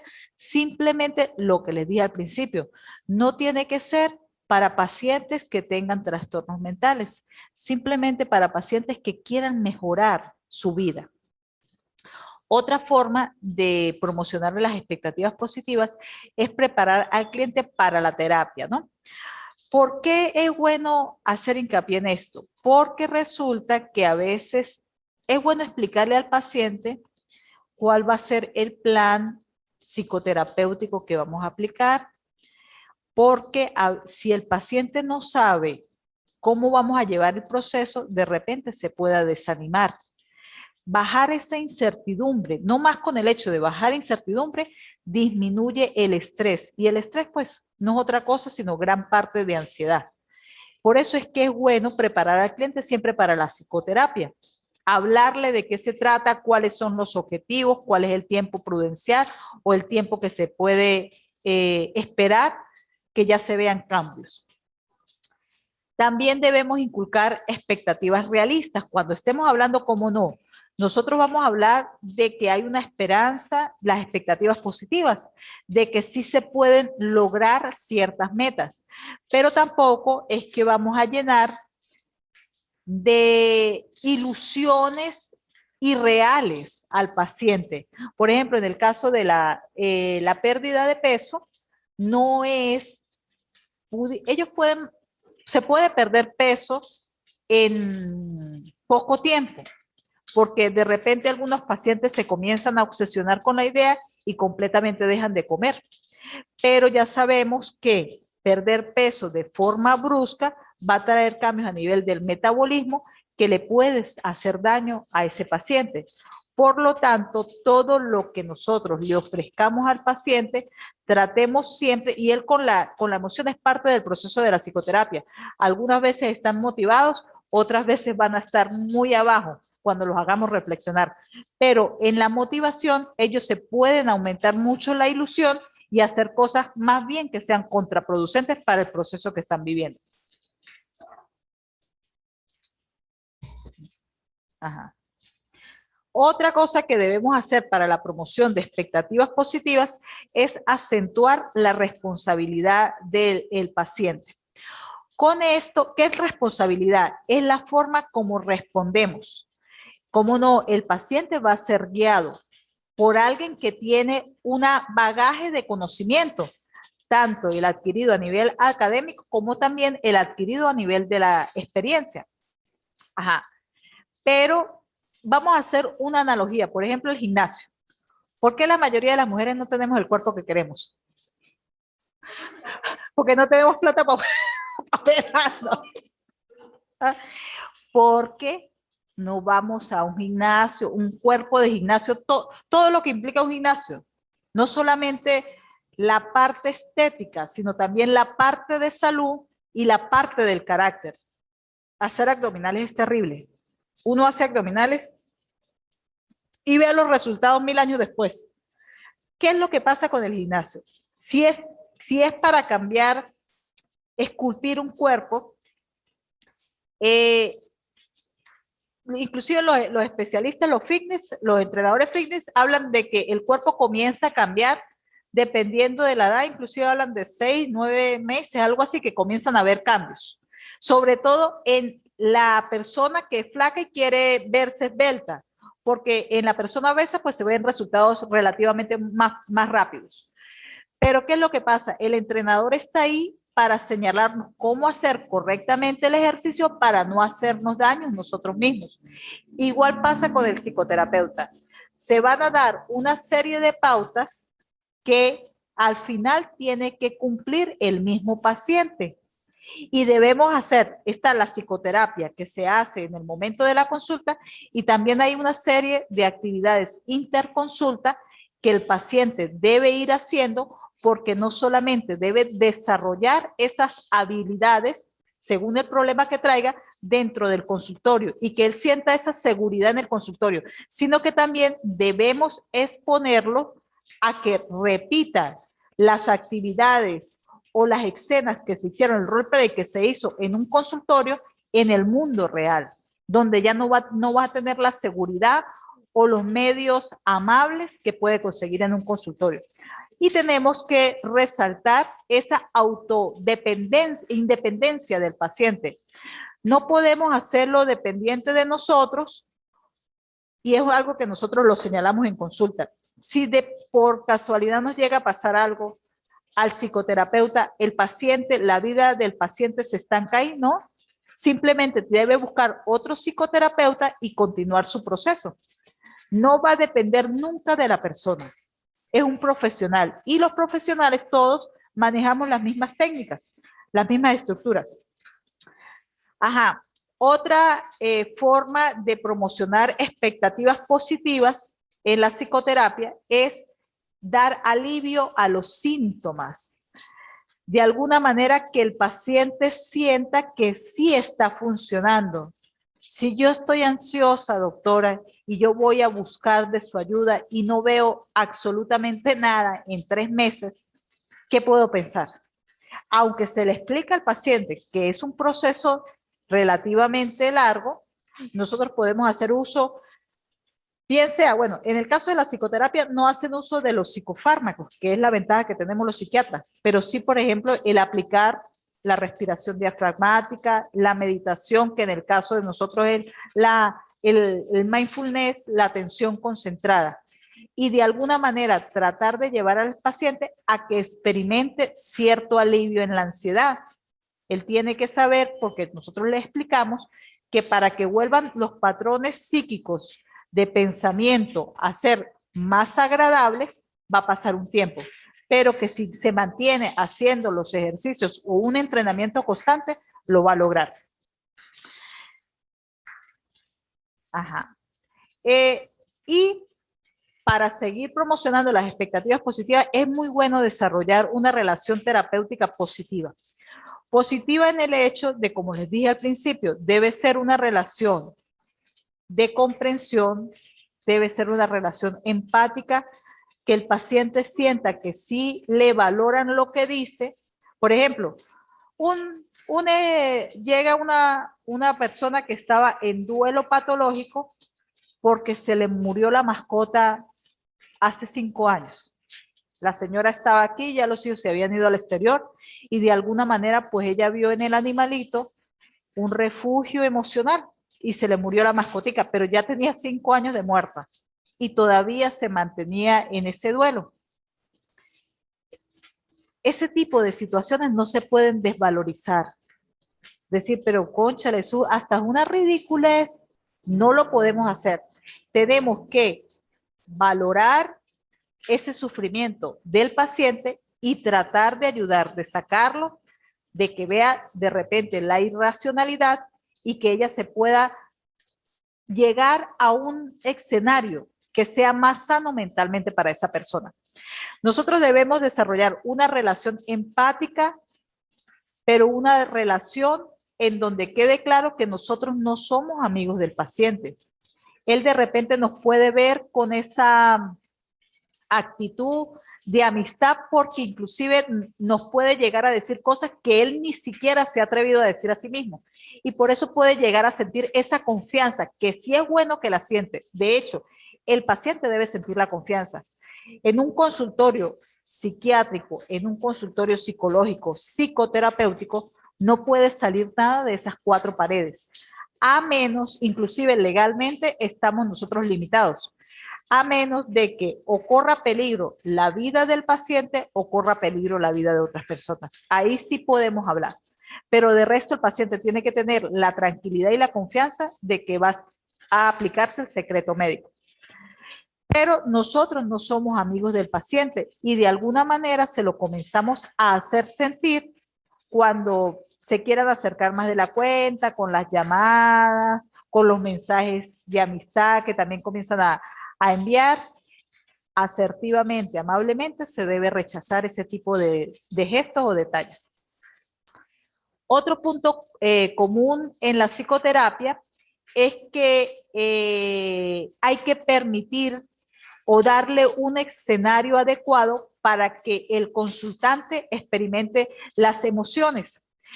La psicoterapia no solamente es un ejercicio intelectual, en donde nosotros podemos tener pensamientos más racionales. Recordemos que el gran mundo psicológico se refiere siempre a 3 grandes puntos. La parte cognitiva, que es la parte de los pensamientos, la parte de las emociones y la parte de la conducta. Ellos tienen se relacionan bidireccionalmente. El pensamiento produce una emoción y la emoción produce una conducta, pero la conducta también puede producir una emoción y un pensamiento. Y de esa manera se aplican diferentes tipos de psicoterapia. Una de las más comunes aplicadas y que han dado buen resultado a lo largo de los años es la terapia cognitivo-conductual. Entonces, cuando se le permite al paciente que haga este ejercicio de expresar sus emociones, porque mucha gente sí tiene esa incomodidad de poder expresar lo que realmente está sintiendo, esa rabia, esa tristeza, esa frustración. De alguna manera se va entrenando para que sí la exprese de manera asertiva. Ay, que no, que yo como tengo, me molesta, qué sé yo, un alumno, me molesta un colega. Entonces, que porque me molesta un colega, yo voy llegando haciéndole así a la mesa en el hospital o tirando silla. No, pero si me molesta algo, por ejemplo, la actitud de la compañera de trabajo, pero ella es especial, mi amor. Ella salió del radar por ser especial, ¿no? Está bien, mi amor. Ajá, pero si me molesta una actitud de un compañero de trabajo, lo ideal no es comérmelo y no decir, sino buscar la manera asertiva de hacérselo saber. Y eso pues poco a poco uno va viendo como niveles. Un primer nivel es decirlo, no callarlo, porque inclusive hay una relación con las enfermedades autoinmunes. Las enfermedades autoinmunes, hay un tipo de enfermedades autoinmunes que es que disminuye el sistema inmunológico. El sistema inmunológico es el sistema de defensa de nuestro organismo. Si disminuye, si está down, no nos va a cuidar lo suficiente cuando estemos frente a patógenos, virus, bacterias, hongos, parásitos. Por lo tanto, tiene que tener el nivel que tiene que tener. Y está el otro grupo de grandes enfermedades inmunológicas, que es cuando este sistema inmunológico, sistema de defensa, comienza a atacarnos a nosotros mismos. Y parte de hipótesis, porque todavía falta más estudio en ese sentido, es que nos comemos las cosas, queremos atacar, no atacamos a la otra persona que nos ha hecho un daño y comenzamos a atacarnos a nosotros mismos. Entonces, un primer paso es hablar las cosas. decirlas, expresarlas, que las podemos expresar a veces de una forma muy agresiva, porque yo no me dejo, porque no voy a hacer que, no es que no nos dejemos, ese es un punto, pero podemos ser mejores y llegar a otro punto. Por ejemplo, expresarme de forma asertiva. Y en psiquiatría nosotros tenemos un dicho que es: una verdad dicha sin compasión es crueldad. Pero claro, ¿a esta qué le pasa? ¿Qué no ve? Se está haciendo. No, hay que hacérselo ver de la mejor manera. Y eso nosotros lo experimentamos mucho con la familia, ¿no? Porque en la familia soltamos cualquier cosa, en el trabajo queda así, pero en la familia soltamos cualquier cosa y sí se hace un daño. Sí podemos hacer un daño desde nuestros padres mayores hasta los hijos. Ajá. Para poder experimentar emociones, una de las formas se recomienda por lo menos 6 procesos. Primero, el reconocimiento. Ser consciente de nuestra emoción. A ver, ¿qué estoy pensando? Un ejercicio rápido. ¿Qué estoy pensando? Ajá, estoy pensando que mañana tengo un examen y no he estudiado lo suficiente. Pensamiento. ¿Qué siente en el cuerpo? No, en el cuerpo. ¿Qué siente en el cuerpo? Ahí. Siento algo, siento un espinero, aquí le dicen algunos pacientes a uno. Aquí, el sistema digestivo es... Exacto, el sistema digestivo está muy relacionado con las emociones. Es más, tanto así que los especialistas dicen que el sistema digestivo es el segundo cerebro, porque si bien el sistema nervioso presenta más o menos 100 mil billones de neuronas, aunque el año pasado hubo estudios que sacaron que hablaban de 80 billones, ¿no? Lo bajaron, no lo bajaron, de 100 billones a 80 billones. Ellos hablan que el sistema digestivo presenta aproximadamente 500 billones de neuronas, 5 veces, ajá. Y como este campo de estudio psiconeuroinmunoendocrinología es ciencia en progreso, están aplicando estudios para adicionar el sistema digestivo también en ese grupo, porque el sistema digestivo se ve afectado por patrones de pensamiento. ¿Cómo tienen estadísticas en el oncológico del cáncer de colon, de gástrico? No, están como todos, ¿verdad? Porque el cáncer gástrico o las molestias gástricas en general, lo que es úlceras, gastritis, se ha relacionado mucho con estados ansiosos. Entonces, cuando uno le todo el sistema digestivo, sí, con ira. Con ira, el hígado. Con ira está muy relacionado el hígado, claro, pero todavía faltan más estudios, doctora. Estamos en periodo de hipótesis para uno poder asegurar. Es igual como, por ejemplo, el estudio con los rasgos psicopáticos, ¿no? El psicópata, el llamado psicópata. Nosotros no sabemos, falta estudios sobre ellos, están como en el limbo. No podemos asegurar, hay estudios neurológicos que muestran, por ejemplo, que hay a nivel de los ventrículos, si mal no recuerdo, pero no es estudio sine qua non, o sea que, por ejemplo, en la diabetes, hagan los estudios de la diabetes y ya, todo diabético presenta lo mismo.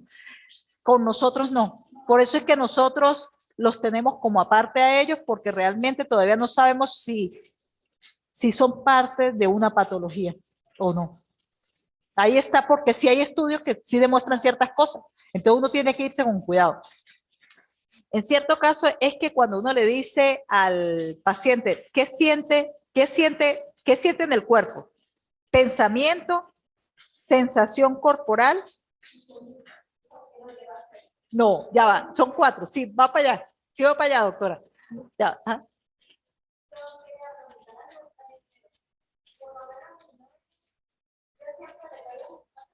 Porque se toma la cuerita, pero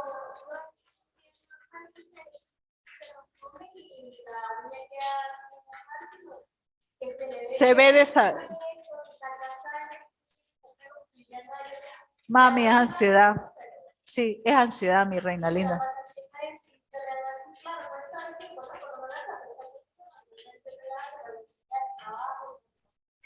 Mire que eso es muy común, ¿no? Lo que pasa con esto es esto, 2 puntos. Y es joven, igual que usted, es contemporáneo con usted, muy bien.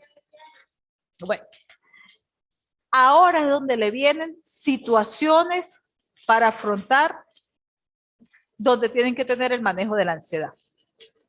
¿Qué es lo que pasa con las funciones mentales? Comienza como todo. A saber, ahorita tenemos 14 funciones mentales, las que conocemos hasta ahorita, ¿no? Porque todavía esto también, psiquiatría, es la bebé de la medicina. Todavía le falta mucho, una ciencia que nos tomaron en serio fue por el avance tecnológico, que llegaron los grandes resonadores, esos microscopios de nanotecnología, las tomografías esas, entonces pudieron ver cómo se funcionaba un sistema nervioso de una persona viva, porque antes teníamos, imagínense, los atlas de anatomía que vienen desde Da Vinci, que son muy parecidos a los nuestros, o sea, claro, ¿no? Tomando en cuenta las diferencias, salvando las diferencias, pero era el estudio de cadáveres, hasta que llegó la tecnología y se dieron cuenta cómo, mientras que una persona tenía ciertos pensamientos, se les activaba ciertas áreas del cerebro, a todas de la misma manera. Por ejemplo, en Harvard hacen un estudio donde analizan cómo una persona que está sintiendo dolor físico, se le activan, perdón, una persona que está, por ejemplo, en duelo, dolor emocional, se me murió un ser querido, se le activan las mismas áreas cerebrales que las que se le activan cuando está sintiendo o experimentando un dolor físico. O sea, el dolor emocional es muy real. Con esta tecnología es cuando dan como la evidencia científica para poder asumir a psiquiatría como una rama de la medicina, y está muy bien. Está muy bien porque medicina tiene que pasar por el sedazo del método científico. Eso es así y por eso es que es parte de la medicina, para poder diferenciarnos de los vendedores de humo. Poder asegurar una cosa que es así, no por uno, sino por el método científico. Ajá. Entonces quedamos que, ¿qué pensamos? Mañana tengo un examen y no, esta que está mejor. Mañana tengo que dar una charla y no he estudiado lo suficiente. Una charla en auditorio, ¿no? ¡Ay! Esa está mejor. Ajá. ¿Qué siento? Y hoy se va la luz en la noche, que tengo que llegar a hacer y que vaya la luz y que no sé qué. Ajá. ¿Qué siento? ¿Dónde lo siento? En las manos, doctora. Aquí, tal, bueno. Pero ¿cuál es la emoción? ¿Cuál es la emoción? Ahora sí, la que habían dicho. Ansiedad. Ansiedad. La ansiedad viene del núcleo de miedo, ¿no? Tenemos 4 o 6 emociones básicas. Una de esas es el miedo, que nos ayuda a sobrevivir. La ansiedad, ajá. Se le dice al paciente, ¿qué puede hacer? ¿Qué paso? Fíjese cómo es: pensamiento, organicidad y emoción, ¿no? La organicidad nosotros la tomamos como la conducta, es una conducta biológica, bioquímica, ¿no? Un comportamiento del organismo.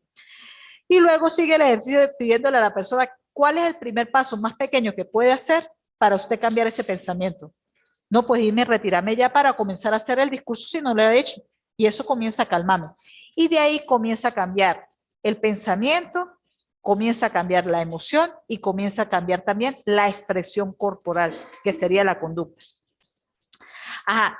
En cuanto a cómo nosotros permitimos experimentar esa emoción, primero que todo, enseñando a la persona a reconocer. Pasa esto, siento miedo, siento ira, siento tristeza. Él tiene que comenzar a trabajar esa ansiedad, mi amor. ¿Por qué? Porque las 14 funciones mentales, como les decía, cuando una comienza a fallar, después comienzan a fallar las demás. Es algo así analógico como, por ejemplo, yo tengo un piecito que no estoy caminando bien. Siento ese espuelón que aparece por ahí. Yo paso meses con eso. A los meses ya no solamente va a ser el pie, sino que va a ser la columna y cadera. la que va a dañarse, igual con las funciones mentales. Ya no solamente va a ser la parte afectiva, ya puede comenzar a dañarse otro tipo de funciones mentales como el sueño, como la alimentación.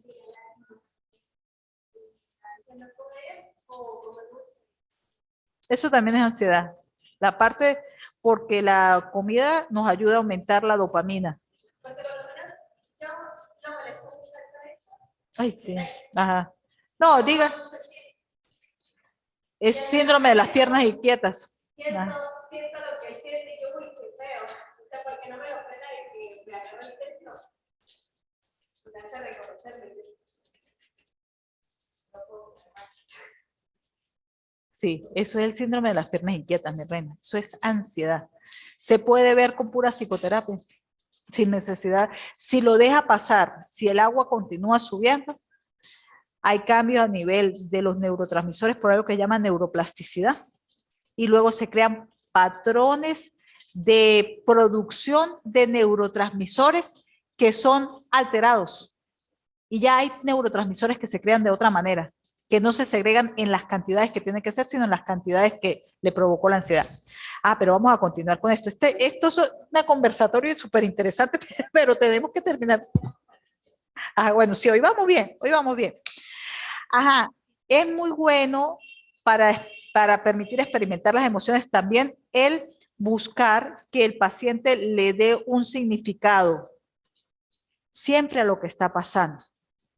Está el doctor Víctor Frank. Él fue un judío que estuvo en los campos uno de los peores, exactamente. Logoterapia, exacto, sí, doctora. Ajá, oye. La logoterapia es un tipo de terapia que siempre busca darle un sentido a la vida, que es una de las formas de interpretar. Ah. No, no, eso. Ya. Esa la del huequito, la que le habría trepanación, la que le habían, eso es, no, la de los lóbulos frontales, apendicitis, apendicectomía, lobotomía, que es la extirpación de parte de los lóbulos frontales. Por ejemplo, cuando hay accidentes de tránsito, aquí está la parte del control de los impulsos. Cuando eso no se aplica, ya lo hacemos químicamente. Cuando había, por ejemplo, y lo vemos todavía, accidentes de tránsito o accidentes que hay traumatismos, ¿no?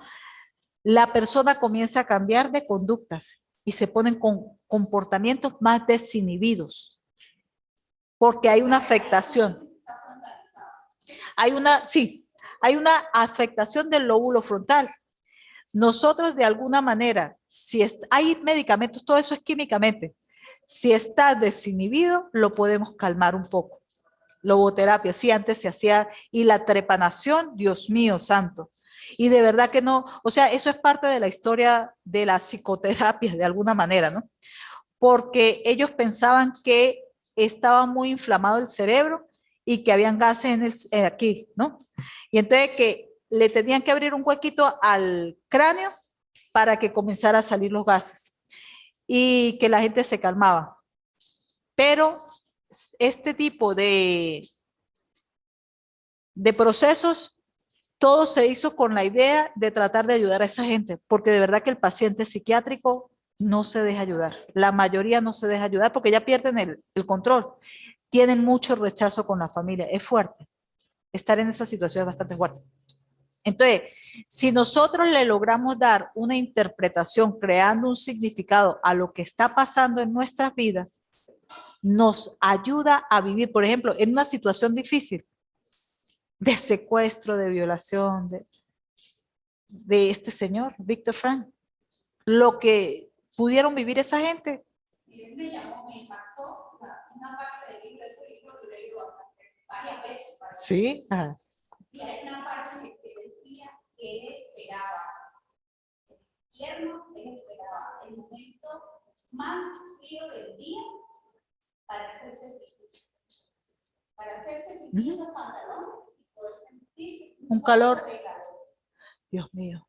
O sea, imagínense el punto en el que está usted. No, eso, lo de la empatía, doctora. O sea, no tenía comida, le mataron a la mamá, a la esposa con el hijo, le mataron al papá, estaba trabajando. Pero y él era, para el momento, él ya era director, ajá, de hospital. Porque le dieron una visa y buscando a la mujer y a la mamá, y ahora lo buscaban para ayudar a los heridos o algo así. Y él, o sea, era un preso más. Y eso es que él escribió esa parte. Él esperaba el momento más frío del invierno para bañarse en su casa. Y sentir el calor. Para sentir un poquito de calor. El libro se llama El hombre en busca de sentido, ¿no? Él, o sea, aquí se plantea cosas como, él señalaba, ¿no? ¿Por qué un hombre le daban el pan, ¿no? Era la comida del día. Entonces, entonces usted decidía si se comía el trozo de pan en la mañana, si se comía el trozo de pan en la mañana o se lo comía en la noche, ¿no? Y en la noche era como una especie de alegría, creación de significado. Le estamos hablando de situaciones realmente fuertes. O sea, se me cayó una uña, concha, la uña. No, me está saliendo pata, me está saliendo pata de gallo, no. Ajá. No consigo el vestido para la promoción que soy madrina, no lo consigo. Entonces él guardaba el trozo de pan para comérselo en la noche, para darse como esa alegría de la noche. Entonces él se preguntaba, ¿por qué hombres que guardan el trozo de pan para la noche de repente ven al otro que ya estaba mirando para las... Ah, porque se podían suicidar por un pozo de agua, ¿no? Que era hondo, y esto cuando ellos sabían, listo, o tirándosele a las eléctricas, ¿no? Ajá. Entonces cuando ya veían que uno estaba mirando mucho para el pozo o mucho para allá, esto llegaba uno y le daba el trocito de pan como para alegrarle la vida. Él mantuvo la idea de que su esposa, estaban recién casados, de que su esposa estaba viva. Y él decía que esa esperanza, exacto, esa esperanza, y él sabía que la posibilidad era que ya estaba lista, ¿no? Como en esta película que pasa en un caso real, que la muchacha se encontró con su papá y le creó un búnker y ella pasó muchísimos años y hasta tuvo hijos en ese búnker. ¿Del papá? Sí, el papá. Del papá, los hijos del papá. El papá de ella, ahí. ¿Esa no es la serie de Netflix, ahorita la que salió? Es que hay películas, hay series, pero yo pienso una, y ella siempre conservó el recuerdo de ella con el nombre. Que ese era su esposo y hasta le contaba a los niños una historia de edad que era eso. O sea, adaptada para los niños y a los niños les encantaba su historia. Y ella toda la vida supo volverlo a ver porque ellos iban ahí, trabajar en otro país y eso. Y cuando ella por fin salió de ahí, al final de la película, ella estaba en la conversación con él y deja a los niños para jugar, pero bueno. Sí consiguió, y es de historia real. Sí consiguió salir de ahí. Pero consiguió al novio también. Sí, porque la esperó, la película la esperó casi que toda la vida, ese era el amor de su vida y todo eso, poco realista. Pero sí pasó, o sea, la muchacha sí, no había plan, sí salió. No había nada, pero sí salió de ahí. ¿Cómo se llama? Creo que se llama El Sótano, algo así. Pero el nombre de la muchacha no me acuerdo. La cara del señor, si se la pudiera dejar en ese momento. Qué locura, ¿no? El señor tenía una cara. Era como Isaac Newton, pero todo demacrado y con esa cara de perverso. Una maldad fuerte, ¿no? No, él sí es parecido a eso, pues precisamente, sí, el aferrarse. exacto, el aferrarse a algo. Fíjese que yo tengo 48 años, ¿no? Yo estudié una carrera sin internet y otra con internet. Cuando no teníamos internet, era muy apreciado las fotos. Él, no, doctora, ahorita internet es una belleza. O sea. No, espera, que usted calla y buscar, Sí, sí. Pero, por ejemplo, cosas que lo movían a uno. Por eso, o sea, no. Pero cuando ese tipo de cosas, de moverse por una foto, por un objeto, un arrocito, un llaverito, eso a mí me movió. O sea, sí sentí, sí llegué a experimentar eso en su momento. Ahorita no, o sea, ahorita, porque uno quiere cualquier cosa y ese mundo de fotos, que de repente tener tanto, pues no le da a uno ese significado importante a un detalle. Uno quiere la foto de alguien y eso es cada rato y las consigue en redes sociales. Quiero la foto de esta persona y ahí están, pero bastantes. No es como aferrarse a una sola cosa. Es algo así. Es algo así porque él se aferró a la idea de que su esposa estaba viva y de alguna manera sí para él, porque estamos hablando de sistema de creencias de las personas. Lo que a mí me sirva puede que a usted no le sirva. Y lo que a usted le sirva puede que a mí no me haga clic. Y parte en la psicoterapia es llegar a ese punto, encontrarlo junto con el paciente, qué es lo que realmente le da valor. Eso lo vamos a ver en la psicoterapia de aceptación y compromiso. Buscar los valores, pero en función a lo que la persona realmente le da valor. ¿Qué es lo que valoro yo? ¿Yo valoro ser fiel o no lo valoro cuando uno trabaja con los hombres? Si no lo valora, entonces busquemos. Son aquí hay hombres. Mira, aquí tenemos un caballero, pero está calladito la boca. No, pero lo digo porque el hombre tiende a, porque es una cuestión de cultura también, ¿no? Y es algo como biológico en este sentido. Ellos tienen más testosterona, pobrecito, uno le cae encima, pero ellos biológicamente, ustedes ven a los animalitos y los leones tienen su manada de leonas. Son pocos los animales que son monógamos en la naturaleza. Y la cultura que los ha llevado a que la idea, y son ideas desde pequeños, ya están en el inconsciente, de que es bueno el tener varias novias o varias señoras. Y a los niños cuando están niños, yo escucho que les dicen, eso es para niñas. Eso es para niños. Sí, sí. Eso se está cambiando, ¿no? Y no vamos a entrar a hablar de progreso, que hablamos la vez pasada, no, porque lo que pasa es que está yendo el otro.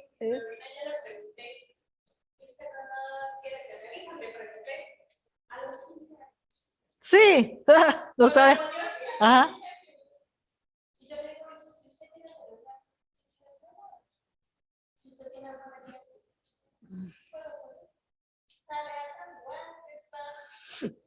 Está bien, de alguna manera está cambiando. Lo que pasa es que también lo que hablamos, ¿no? Se están yendo, el movimiento de progresismo ya se está yendo también a otros extremos que no son sanos. Entonces, no nos podemos dejar meter gato por liebre y no seguimos hablando porque esto lo van a cortar igual que la vez pasada. Ajá. Esa creación de significados sí nos pueden ayudar en momentos cumbres y en momentos también cotidianos. El darle como una lógica o una racionalidad a lo que nos puede estar pasando. La toma de las responsabilidades, ya hablamos un poquito de eso, o sea, aunque esto se hace de manera flexible, sí somos lo que no recuerdo el poeta, decía, soy el dueño de mi destino, el capitán de mi alma, que le dio, también fue un punto de apoyo o un punto donde se logró, como una roca, donde se logró establecer Mandela. William, creo que el poeta es del 1800 o 1700. William, yo no sé qué, el que escribió eso. Soy el capitán de mi vida, el dueño de mi destino, el capitán de mi alma. Sí lo soy y también estaba preso. Sí somos, el empoderarnos, el decir, mi esposo me contesta mal, yo no lo voy a... El hecho de no contestarle mal no significa que yo me vaya a dejar, simplemente que yo estoy en control de la situación o en gerencia de la situación. Con los pacientes uno los ve mucho, a veces el paciente se le tira a uno también encima y lo comienza a atacar. Y particularmente los médicos les sabemos a rico a veces a los pacientes. Y cuando hay cacería de brujas, que uno se pone pilas, ellos a veces toman actitudes de daño hacia el médico y no hacia la institución. Entonces eso también hay que saberlo manejar. Y nosotros estamos entrenados para eso, ¿ves? Es como parte, aunque sí hay una humanidad y en cualquier momento también tenemos derecho de explotar, digámoslo así, de alguna manera, pero se debe evitar al máximo. Dígame, mi amor. Falta, ay no, pero terminemos, mi amor. Gracias, mi amor. Está muy bien. Sí, sí. Debemos como tratar eso de decir sí y esto, enseñarle al paciente que sí de alguna manera, porque de hecho todo lo que les estoy diciendo está documentado a través de investigaciones y experimentos que se han hecho. Una persona que tiene este tipo de actitudes, como lo dijo William James en la historia de la psicoterapia, cambia la actitud, nos cambia la manera de percibir el mundo, de cómo van a ocurrir las cosas. No cambia las circunstancias, pero sí comienza a cambiar cómo nosotros vamos a afrontar esas circunstancias. Expresión de sentimientos en la relación del terapeuta, un poco lo que veníamos diciendo. Con el terapeuta es una, si se quiere, una especie de entrenador, donde se pueden manejar habilidades sociales en ese campo o parte del manejo de la emoción en cuanto a nuestro mundo interno, o sea, la parte de interrelaciones y de intrarrelación, porque nosotros tenemos una relación con nosotros mismos, y cómo comenzar a practicar con cosas que nos mueven el piso, no con lo que manejamos. Si a mí no me mueve el piso, ay, la compañera, más bien me la llevo bien con ella, yo para qué voy a trabajar eso. Pero si me mueve el piso un jefe que está siendo injusto, etcétera, etcétera, ¿cómo manejo yo esa circunstancia con todos los factores adversos que yo pueda tener? Eso se puede practicar en una psicoterapia. Ejercer una influencia social es otro principio común en la psicoterapia. Sí es verdad que nosotros tenemos que tener cierta objetividad y cierta neutralidad, pero los psicoterapeutas también somos humanos. Y aunque tenemos muy presente estas condiciones de la transferencia, contratransferencia, objetividad, no amistad, respeto, etcétera, de alguna manera sí nos vemos movidos por los pacientes. Y sí, como ya les dije, el psicoterapeuta de alguna manera también es visto como una autoridad social, digamos, una cierta autoridad. Entonces va a tener cierta influencia en el paciente nuestra forma de desenvolvernos delante de él. Entonces, ¿qué es lo que pasa? Por ejemplo, Carl Rogers, que es uno de los grandes psicoterapeutas que hemos tenido, él influenciaba en el paciente. Esto lo tenemos que tener con mucho cuidado, ¿no? Entre más neutros seamos, mejor. Digo, entre más objetivos. No es que tampoco vamos a poner cara de póker, ¿no? No. Pero sí, el paciente tiene que sentir esa calidez, esa amabilidad, esa empatía. Pero este grande psicoterapeuta practicaba el hecho de que cuando el paciente sí mostraba una actitud reflexiva de insight, él era como que lo validaba. Pero cuando el paciente no quería entrar en esa reflexión y no quería seguir con el proceso psicoterapéutico como tal, también le ponía como, mostraba como poca empatía. Eso lo vemos en el doctor Nausabaran. ¿Lo han visto? Kilos Mortales. Nausaran, ajá. En Kilos Mortales, a mí me da risa con él porque él nunca se ríe, ¿no? Pero cuando el paciente ha bajado de peso de forma significativa, o sea, esa sonrisa no es natural. Él la pone para mostrársela al paciente, la ha practicado. Entonces él se la pone y es una forma de validar, de decir ese tipo de detalles, ¿no? Sin, obviamente, nada que ver con manipulación. Eso está prohibido en nosotros. Ya, porque no veo aquí. Ajá. Un proceso importante para la psicoterapia implica promover la práctica de nuevas competencias. Vuelvo a repetir, nuevas competencias, todo lo que nosotros hagamos aquí, hay la palabra autonomía. Siempre tenemos que enseñar a pescar, nunca darle el pez al paciente. Es por proceso que pasa. Es mejor hacer ejercicio que mandarse a operar. La liposucción y todo lo que puede pasar. Ajá. Pero en psicoterapia nosotros tenemos que ir llevando al paciente por un camino, porque ese camino es lo que le va a fortalecer el músculo del carácter, del temple, del autodominio, de la fuerza de voluntad. Si no se pasa por el proceso, no se puede ayudar. No se van a conseguir resultados. Cuando mucho, usted va a observar resultados a corto plazo. Y fíjese lo que nosotros nos ponemos en psicoterapia. Un resultado a corto plazo nos llama mucho la atención. De una vez prendemos las alarmas. ¿Por qué? Porque puede ser que el paciente esté tratando de llevarle la cuerda al psicoterapeuta o tratando de complacer al terapeuta. No se puede aceptar eso y de alguna manera lo tenemos que detectar y parar asertivamente. Ajá, bueno, promover prácticas de nuevas competencias como superar la desmoralización y ganar esperanza. Ya sabemos que la esperanza pues tiene dos grandes componentes, una sensación de fuerza que está relacionado con la autoestima. Fíjese, esperanza y autoestima, y están relacionadas. Esa sensación de fuerza, de energía, por un lado, y por otro lado está la sensación de que soy capaz de hacer algo. La autoestima tiene dos grandes brazos. Está la parte de la dignidad, de que yo siento una valía simplemente por ser un ser humano. Y esa es lo que nosotros llamamos dignidad y está dado por la proyección de la figura materna. Y está el otro gran brazo de la autoestima, que es la sensación de que yo soy capaz de tener, yo soy capaz de estudiar, soy capaz de hacer. Y ese otro grande brazo da o se desarrolla por la figura paterna que hayamos, o las figuras masculinas que hayamos tenido en nuestra vida. Fomentar la competencia y la autoeficacia, ya lo hemos hablado, que todo tengamos que llevar por el camino al paciente. Es un proceso, el proceso de la psicoterapia es un camino. Lo vamos a ir recorriendo donde queremos que hayan los obstáculos para poder saber o entrenar al paciente cómo manejarlos. Si es posible superarlos y si no es posible, por lo menos que nos provoquen la menos sensación de disconfort que se pueda lograr. A veces hay cosas que son insuperables.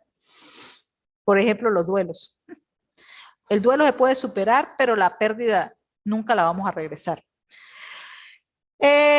Superar la evitación. Miren, la evitación es algo que es un mecanismo prácticamente de defensa que todos tenemos. Claro, usted físicamente pone la mano en una hornilla caliente, ¿qué es lo que hace? La quita inmediatamente. Igualmente con la parte emocional, con nuestro mundo de sentimientos. Tratamos de evitar todo lo que nos provoque desagrado o disconfort o dolor. Pero la cuestión es que eso, bueno, cómo no, como mecanismo de defensa a nivel de corto plazo sirve, pero a nivel de procesos que nosotros sabemos que van a durar largo plazo, no nos sirve.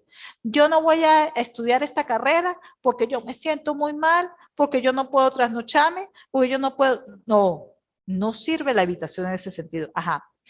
En una relación de pareja, no, yo más o menos lo veo que está coqueteando con otra, inmediatamente, caballero, muchas gracias por su servicio, usted está despedido. Más nada. No, vamos a manejar la situación, a foguearnos un poco y podemos superar. Que dicho sea de paso, muchas veces es paranoia de uno. Bueno, ahí lo vamos viendo a medida que uno va avanzando en experiencias por la vida. Ser consciente de las ideas erróneas. ¿No será que yo estoy teniendo pensamientos paranoicos? que veo mal en todos lados en contra mía. Eso. Si uno lo piensa, se calla y pasa. Ajá. Cuando una vez, Ajá. no lo pasa. No, claro, claro, claro. Eso sí, eso es otra cosa, exacto, ¿no? Pero, por ejemplo, esta me quiere hacer daño y aquella también no me está mirando, pero mire los ojos con que me mira. No, y esta también. Eso es paranoia, mi reina. ¿Ves? Cuando uno comienza, por ejemplo, usted puede tener un problema por un vecino, pero si tiene con todos los vecinos problemas, usted puede tener problemas en el trabajo, pero si también los tiene en este otro contexto donde yo me desenvuelvo, y si también lo tiene en la otra universidad, y si lo tiene en este trabajo y en el otro trabajo. Ajá, exacto. Entonces, pero es una reflexión que uno comienza a como abrir. Si lo quiere hacer, porque si no para usted siempre el problema son los demás. Ese es el narcisista también. ¿Se da cuenta? Y hay gente que es así, y de verdad lo creen. Y de verdad lo creen. Que todo el mundo lo está viendo, pero esto no lo logran ver. Esto, ¿cómo logramos que una persona comience como a soltarse? Es como un nudo enredado. Que mi papá, por ejemplo, es así. Porque que lo sea el señor con el que trabajo, prácticamente, bueno, si hay problema de cierta manera, dependiendo del trabajo, ¿no? Que lo sea el vecino, uno hace, ¿no? Pero cuando es alguien que uno ama, que le interesa, me importa, mi amiga, mire, ¿cómo hacer para la psicoterapia? Ayuda a eso. Y no de golpe, porque le vuelvo a repetir, una verdad dicha sin compasión es crueldad. Podemos tener la razón, pero porque la digamos así en vómito a la otra persona, no lo vamos a hacer cambiar. No va a cambiar, no es que lo hagamos hacer cambiar nosotros, sino que él no va a cambiar, no va a reflexionar. Ya lo decía Platón, el beneficio del discurso amable, el beneficio para nuestro cuerpo y para nuestra alma, decía él, que es nuestra mente, nuestra psique. Bueno, de las ideas catastróficas, paranoia es una, catastrófica, es la gente negativa. No, esto va a pasar, esto malo, esto también va a pasar malo, esto va a llover, se va a caer en los tacones, la van a fregar, la van a violar, no puede ir a la fiesta. Exacto. Y aceptar las realidades de la vida. El hecho de saber que la vida sí tiene rosas y esas rosas vienen con espinas. Para que nosotros no estemos, la vida es así, miren. Es así. Nosotros estamos en la montaña un ratico y luego bajamos al valle. Luego, cuando decían esta metáfora de esto pasará también, es muy sabia esa metáfora, porque cuando estamos en las alturas no debemos estar en estado de orgullo, soberbia, porque vamos a bajar. Si estamos muy arriba en la parte profesional, nosotros los médicos, ¿no? Que tenemos esta personalidad y el poder que da el conocimiento. Por ejemplo, en la familia, ¿cómo estamos? O con lo que nosotros verdaderamente amamos y verdaderamente felices en nosotros. Después, cuando estemos aquí, volvemos a subir. No nos entristezcamos tanto porque esto también va a pasar. Esa es la realidad de la vida. El bipolar es así. Bueno, lograr insight. ¿Qué es insight?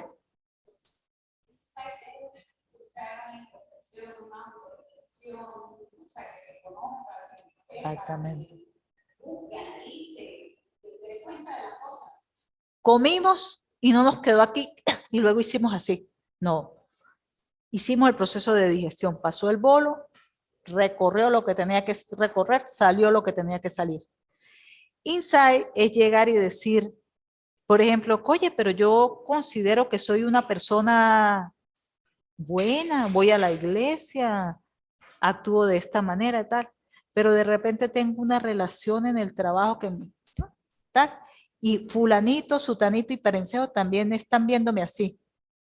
Pasar el orgullo, ¿no? No por lo menos para decirle a ellos, pero yo estoy, lo que reflexionamos aquí, si tiene problemas en todas partes, ¿quién es la del problema? Yo lo reflexiono, yo no se lo digo a él, no se lo digo al otro, no, sino yo. Yo estoy viendo que en realidad yo soy la del problema. Si yo estoy en dieta durante 3 meses y rebajé 5 kilos nada más, pesando 289 kilos y nada más rebajé 3 kilos. ¿Qué es eso? Ay, eso es la tiroides, doctora, eso es endocrino, eso es... No, no, algo pasa. Si yo no avanzo con mi relación de pareja, ¿qué puede estar pasando en mí para no echarle la culpa todita a él? ¿Cómo hago yo para reflexionar con los hijos? Pero yo trabajo, yo esto, yo aquello, estos chamos, y nada. ¿Qué pasa? Con los mismos animales. Interesantísimo. Y aquí, bueno, el concepto de energía todavía no lo podemos utilizar los psiquiatras porque no está avalado por el método científico. Eso está en estudio, pero por ahí va. ¿Cómo yo influyo en este animal para que el animal reaccione así? De mal. Yo tengo una gata ahorita loca, una gata, Marta, una gata loca. Y uno dice, no, pero por ahí hay psicólogos de animales, porque sí, o sea, daña el ambiente de la casa. La gata voladora, por fin sé por qué le dicen a los gatos el gato volador, porque de verdad que vuelan, eso pareciera que vuelan.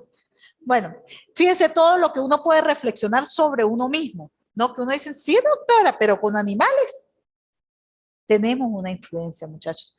Y todo no es para culpabilizarnos, flagelarnos, ser más ¿cómo es que le dicen? Autoexigentes. No, esto es una reflexión con flexibilidad para ser mejor. Es parte de nuestro. Bueno, y finalmente les dejo con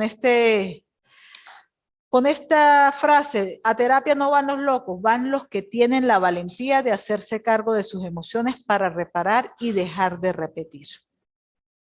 Si no cambia, lo dijo Einstein, iba a decir Einstein, lo dijo Einstein. Es una locura pensar que van a ocurrir cosas diferentes si no hacemos cosas diferentes. Muchas gracias, fue un placer. Creo que nada más fue una sola clase en este encuentro, muy interesante. Tratamos de darla con mayor fluidez, pero es inevitable que salgan las preguntas o los comentarios de los alumnos que están presentes. Invitaría yo a los alumnos que están por el método online que si les fuera posible se trasladaran también, porque la clase presencial es muy nutritiva, porque al final de cuentas todo este material pues ustedes ya lo tienen en lectura, que lo pueden hacer, pero a través de las experiencias de las diferentes participantes también nos nutrimos, incluida la misma facilitadora. Bueno, muchas gracias. Nos vemos en el próximo encuentro. Acuérdense de hacer las tareas, ¿no? Las actividades. Hasta luego.